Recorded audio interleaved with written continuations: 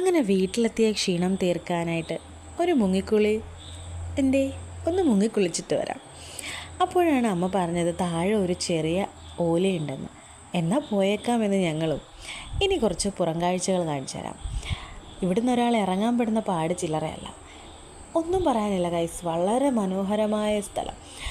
ഒരു വലിയ കാട്, ഒരു റബ്ബറും തോട്ടം പോലെ, അതിനകത്ത് നിറയെ കൊക്കോ, അതിൻ്റെ ഉള്ളിലിങ്ങനെ മഴയൊക്കെ പെയ്തൊരു ക്ലൈമറ്റും.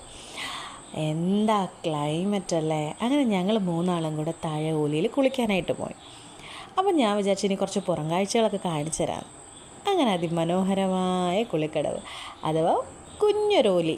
പണ്ടെപ്പോഴും ഉരുൾ പൊട്ടിയപ്പോൾ ഈ ഭാഗമൊക്കെ വളരെ ചെറുതായി പോയെന്ന് പറഞ്ഞു, കല്ലൊക്കെ വീണിട്ടെ. അങ്ങനെ ആ കാണുന്ന സ്ഥലത്തേക്കാണ് ഗൈസ് നമ്മൾ പോകാൻ പോകുന്നത്. അപ്പോൾ എങ്ങനെയാണ്, നമുക്ക് കണ്ടേച്ച് വരാം സ്ഥലം. അപ്പോൾ അമ്മ പറഞ്ഞിരുന്നു അധികം നേരം അവിടെ നിന്ന് കറങ്ങരുത്, സമയം 6 മണി കഴിഞ്ഞു, 6:30 ആകുമ്പോഴത്തേക്ക് കയറി വരണം, ഇല്ലെങ്കിൽ ആന ഇറങ്ങുന്ന ഇടമാണെന്ന്.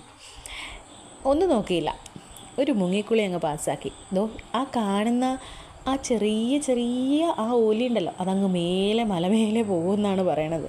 അപ്പോൾ അവിടുന്ന് വരുന്ന കുഞ്ഞരുവികളിൽ നിന്നുള്ള വെള്ളമാണ് ഇങ്ങനെ താഴെ അവർ ശേഖരിച്ച് വെക്കാറ്. നല്ല ഭംഗിയാണ് കേട്ടോ. നമുക്ക് വിശാലമായിട്ട് സ്വസ്ഥമായിട്ട് ഇന്ന് കുളിച്ച് നമ്മുടെ ആ ഉള്ള സ്ട്രെസ്സൊക്കെ ഞങ്ങൾ ഇറക്കി വെച്ച് നല്ല മനോഹരമായ ഒരിടം. വെറുതെ ഇങ്ങനെയൊക്കെ പോകുമ്പോൾ അതല്ലേ ആ ഒരു അന്തസ്. അങ്ങനെ ഞങ്ങൾ 3 പേരും കുളിയൊക്കെ കഴിഞ്ഞ് കയറിയിട്ടോ.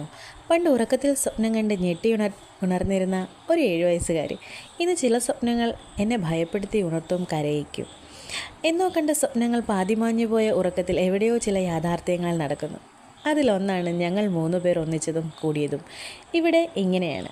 സന്ധ്യാസമയം നല്ല മഴ, കറണ്ടില്ല, എമർജൻസി ലൈറ്റിൻ്റെ പ്രകാശം, ഒന്നിച്ചുള്ള ചായ കുടി. ആഹാ അന്തസ്. അപ്പോൾ എൻ്റെ വീഡിയോസ് ഇഷ്ടമായാൽ ലൈക്ക് ചെയ്യണം, ഷെയർ ചെയ്യണം, സബ്സ്ക്രൈബ് ചെയ്യണം. അങ്ങനെ ഞങ്ങൾ 3 പേരും കൂടെ കുളിയൊക്കെ കഴിഞ്ഞ് ഞങ്ങൾ ഇവിടെ നിന്ന് ചായ കുടിക്കുകയാണ്. അപ്പോൾ ഇവിടെ ഒരാളെ കാണിച്ചു തരാം കേട്ടോ. ഫുഡ്